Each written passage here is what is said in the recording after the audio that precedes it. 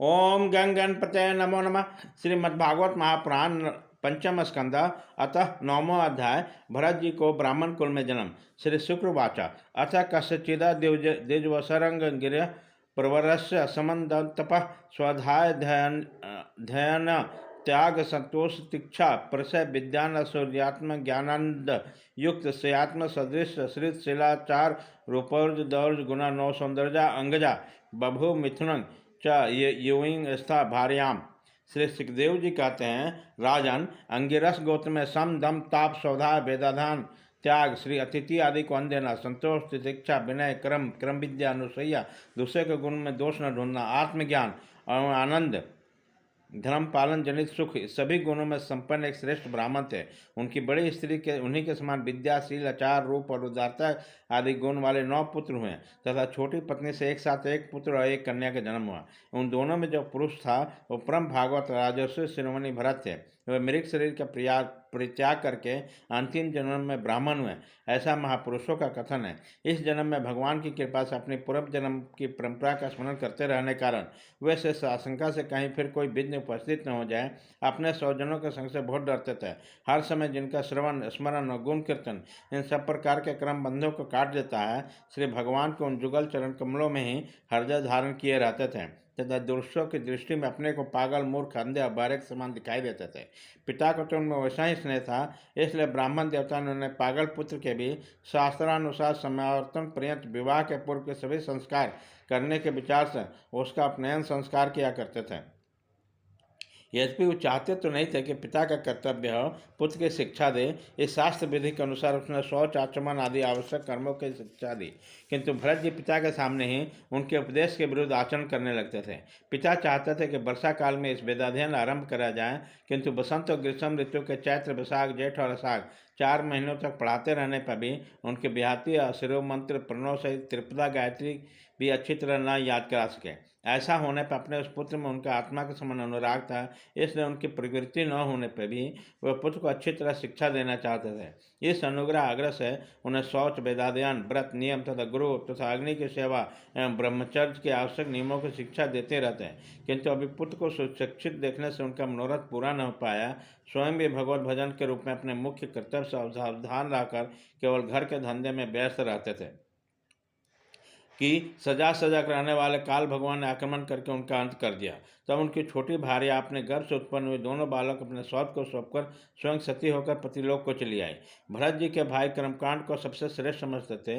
वो ब्रह्म ज्ञान पर विद्या से सर्वथा निक थे, इसलिए उन्हें भरत जी का प्रभाव ज्ञात नहीं था। वह उन्हें निरामूर्ख समझते थे, अतः पिता के प्रलोक से धारने पर उन्हें पढ़ाने लिखाने का आग्रह छोड़ दिया। भरत जी का मान अपमान का कोई विचार नहीं था।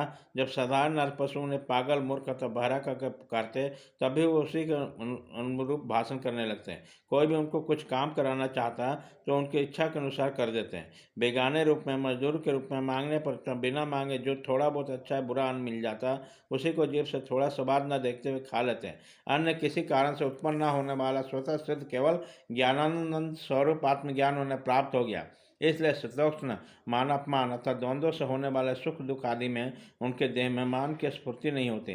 वह सर्दी गर्मी वर्षा आधे के समान साड़ के समान नंगे पड़े रहते। उनके सभी अंग हष्ट पुष्ट गठे हुए थे। वह पृथ्वी पर ही पड़े रहते, कभी तेल उपटन आदि नहीं लगाते, न कभी स्नान करते हैं। इससे उसके शरीर पर मैल जम गया था। उनकी ब्रह्म तेज धूलि से ढके हुए मूल्यवान मणि के समान छिप गया था। वह अपने कमर में एक मैला कुचैला कपड़ा लपेटे रहते थे। उनके गोपीठ भी बहुत मैला हो गया था, इसलिए ज्ञानी जनता ये कोई द्विज है कोई अधम ब्राह्मण ऐसा कहकर उनका तिरस्कार किया करते थे, किंतु वह उसका दूसरा विचार न करके स्वच्छंद विचरते थे। दूसरे के मजदूरी करके पेट पालते देखकर तब उन्होंने भाइयों को खेत के क्यारियों में ठीक करने में लगा दिया। तब इस कार्य को करने लगे, परंतु इस वेद का कुछ ध्यान नहीं रहा कि उन क्यारियों की भूमि समतल है या ऊंची नीचा अथवा छोटी बड़ी। उनके भाई उनके चावल खली भूसे घूने उड़द बर्तनों में लगी जले अन्न के खुर्च जो कुछ भी देते हैं उसी को अमृत के समान खा लेते हैं। किसी समय डाकुओं के सरदार ने जिन्हें सामंत शूद्र जाति थे पुत्र की कामना से भद्रकाली को मनुष्य को बलि के देने का संकल्प किया। उसने जो पुरुष बलि के लिए पकड़कर मंगाया था वह देवश उनके फंदे से निकलकर भाग गया। उसे ढूंढने के लिए सेवक चारों ओर दौड़े, किंतु अंधेरी रात में आधी रात के समय कहीं पता नहीं चला। उसी समय देवक समाज से उसकी दृष्टि अंगीर संगोत्रीय ब्राह्मण कुमार पर बैठी, जो विरासन में बैठे हुए मृग ब्रह आदि खिजीवों से खेतों की रखवाली कर रहे थे। उन्होंने कहा कि यह पशु तो बड़े अच्छे लक्षणों वाला है, इससे हमारे स्वामी का कार्य अवश्य हो जाएगा। इसलिए सोचकर उसका मुख आनंद से खिल उठा। वह उन्हें रस्सियों से बांधकर चंडिका के मंदिर में लाए।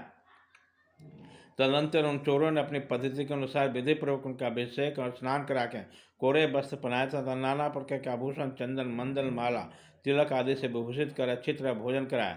फिर धूप, दीप, माला, खील, पत्ते, अंकुर और फल आदि उपहार सामग्री के सहित बलिदान की विधि से गान, स्तुति, मृदंग और ढोल आदि के महान शब्द करते हुए पुरुष पशु को भद्रकाली के समान नीचा सिर करके बैठा दिया गया। इसके पश्चात दस्युराज को पुरोहित बने उस लुटेरे ने उस नर पशु को रुधिर से देवी को तृप्त करने के लिए देवी मंत्रों से अभिमंत्रित एक तीक्ष्ण खंड उठाया। चौर स्वभाव से तो रजोगुणी तमोगुणी थे।